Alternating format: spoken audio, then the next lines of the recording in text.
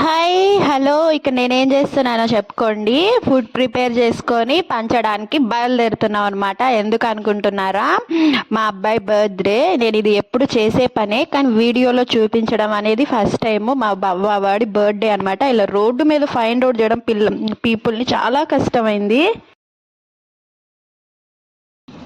ఇవాళ మా అబ్బాయి బర్త్డేలే అందుకని ఇది నేను వీడియో తీయడానికి 2 రీజన్స్ ఉన్నాయండి. ఒకటి, మంచి కుకింగ్ వ్లాగ్ వీడియో లాగా కూడా ఉంటుంది మనకి వీడియోస్ చేసుకోవడానికి. Bagara rice and chicken curry చేస్తున్నాను అనమాట. ఇదిగో స్పైసెస్ అన్నీ పెట్టుకున్నా. అండ్ ఇంకోటి ఏంటంటే ఇది మంచి వీడియో అండ్ అంటే ఒక మంచి మీనింగ్ ఉందనమాట. మనం ఇలా ఫుడ్ డిస్ట్రిబ్యూట్ చేయడం, ఇంట్లో వండి గెస్ట్లకి పెట్టేదానికన్నా ఇట్లా బయట ఏడీ పీపుల్కి చేయడం నాకు చాలా సాటిస్ఫై ఇస్తుంది. So that's why this 2 reasons made me to make this video. People will get to motivated towards doing these works కదా. మనం మంచి చేసేటప్పుడు 10 మందికి చూపించి చేయడం తప్పేం కాదని నా ఉద్దేశం. కొంతమంది మాత్రం ఎందుకు మీరు చేసేది చూపిస్తారు అంటారు. బట్ నాకు there is no wrong in that while showing to our good things. మనం చేసే మంచి పనులు డెఫినెట్గా జనాలకు చూపించాలి. అది దానివల్ల మంచి జరుగుతుంది, కానీ దానివల్ల నెగిటివ్ అనేది ఏమి ఉండదు. ఇన్ మై ఫీలింగ్ అనమాట. వీడియో మాత్రం ఎండ్ దాకా చూడండి, మిస్ చేయొద్దు. ఇది నేను న్యాచురల్గా చేస్తాను అనమాట. Bye bye. వాటికైనా కూరలు సెపరేట్గా కట్టాల్సిందే, అన్నం ఒకటే కదా. ఇదిగో నువ్వు తిప్పుతా ఉంటావా, వీడియో తీస్తావా?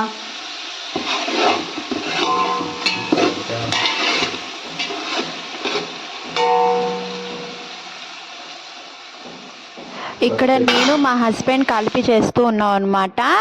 ఇది నేను ఆయన వీడియో తీయమని చెప్తున్నాను అనమాట. ఆయనేమో కుదరదు, కానీ ప్రతి క్లిప్ మిస్ అవ్వకుండా వీడియో తీయడం అంటే మనకు కెమెరామెన్స్ లేరు. తో అదే మెయిన్ మోటివ్లా కూడా కాదు మాకు, ప్రతిదీ క్యాప్చర్ చేయాలన్నట్టు. సో అలా మధ్య మధ్యలో క్లిప్స్ యాడ్ చేయమంటున్నాను. ఇక్కడ వచ్చేసి 4 kgs చికెన్ తీసుకున్నాను. అంటే ఒక 20 to 25 పీపుల్కి పెడదామని చెప్పేసి నాకు 25 పీపుల్ దాకా సరిపోయిందనమాట. అసలు నేను ఎక్కడ ఒక ప్యాకెట్ ఒకటి కూడా ఇంట్లో పెట్టకుండా మొత్తం ప్యాక్ చేసుకొని వెళ్ళిపోయా. రిటర్న్ ఒక ప్యాకెట్ కూడా తెచ్చుకోకూడదు అని. అలాగే జరిగింది. మొత్తం సేల్ అయిపోయింది. సేల్ ఏంటి, సారీ, మొత్తం డిస్ట్రిబ్యూట్ చేసేసాను.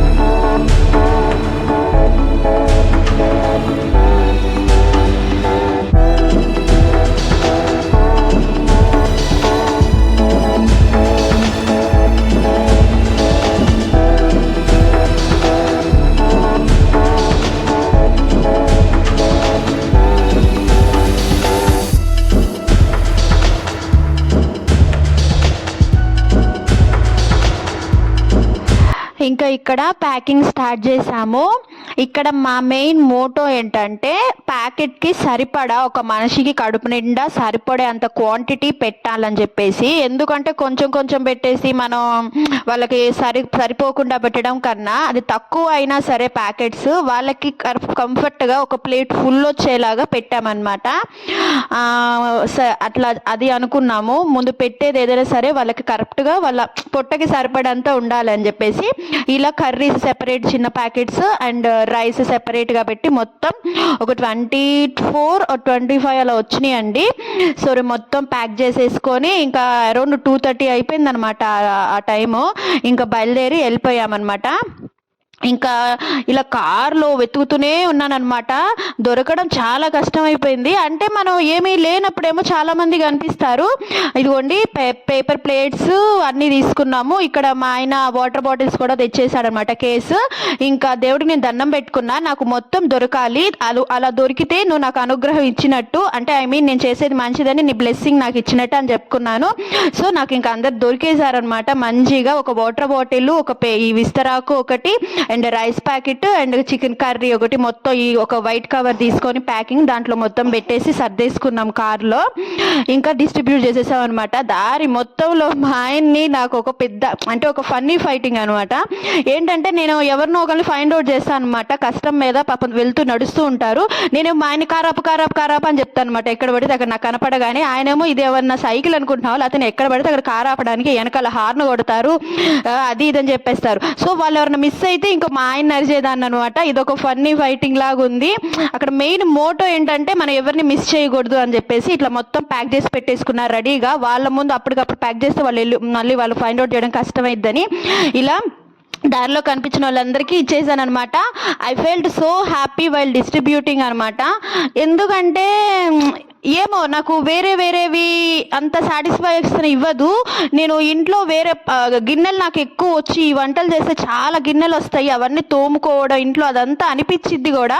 కానీ ఇలాంటి పనులకు మాత్రం నాకు అస్సలు అనిపించదు. ఎన్ని గిన్నెలున్నా తోముతా, ఎందుకంటే నాకు అదొక సాటిస్ఫాక్షను. దట్టు మన పిల్లల కోసమే ఏది చేసినా. వీళ్ళు ఇలా ఫుడ్ తీసుకుంటే వాళ్ళ ఆ బ్లెస్సింగ్స్ మన పిల్లలకు ఉంటే ఇంకా లైఫ్లో చాలు కదండి పేరెంట్స్కి. ఇంకా అంతకన్నా ఏముంది. ఇక్కడ చూడండి నాకు ఎట్ ఏ టైం ఒక 15 మంది ఒకే చోట దొరికారు. వీళ్ళంతా ఎంత హ్యాపీగా ఫీల్ అయ్యారో. అన్నం ఇలా బర్త్డే అని చెప్పి ఫుడ్ ఇస్తున్నామంటే ఇట్లా మంచిగా రిసీవ్ చేసుకొని ఆకలి విలువ తెలిసిన వాళ్ళకి ఇస్తే నాకు చాలా హ్యాపీగా ఉండిద్ది. దారిలో నేను ఒక 2-3 ఎక్స్పీరియన్స్ చేశాను. అంటే వాళ్ళు అడుక్కునే వాళ్ళు అనమాట. ఆల్రెడీ దే హ్యావ్, వాళ్ళకు కూడా మాలాగా ఇచ్చిన వాళ్ళు ఉన్నారు, తినకుండా అలా కవర్లో పెట్టేసుకున్నారు అనమాట. వాళ్ళు దానికి వాల్యూ ఇవ్వట్లేదు. అంటే ఒక సామెత ఉంది కదా, అడుక్కునే వాడికి 60 కూరలు అన్నట్టు. వాళ్ళకి అసలు ఆ వాల్యూ తెలియదు అన్నట్టుంది. సో అలాంటి వాళ్ళకి ఇచ్చే బదులు ఇలా నీడీ పీపుల్ ఉన్న వాళ్ళకి ఇస్తే చాలా హ్యాపీగా అనిపించింది. ఇంకా వచ్చేసి ఏదో సింపుల్గా డెకరేషన్ చేసేసుకొని పిల్లల్ని పిలిచేసి ఇలా డిస్ట్రిబ్యూట్ చేసేసామండి. ఇది అసలైన బర్త్డే అని నా ఫీలింగ్.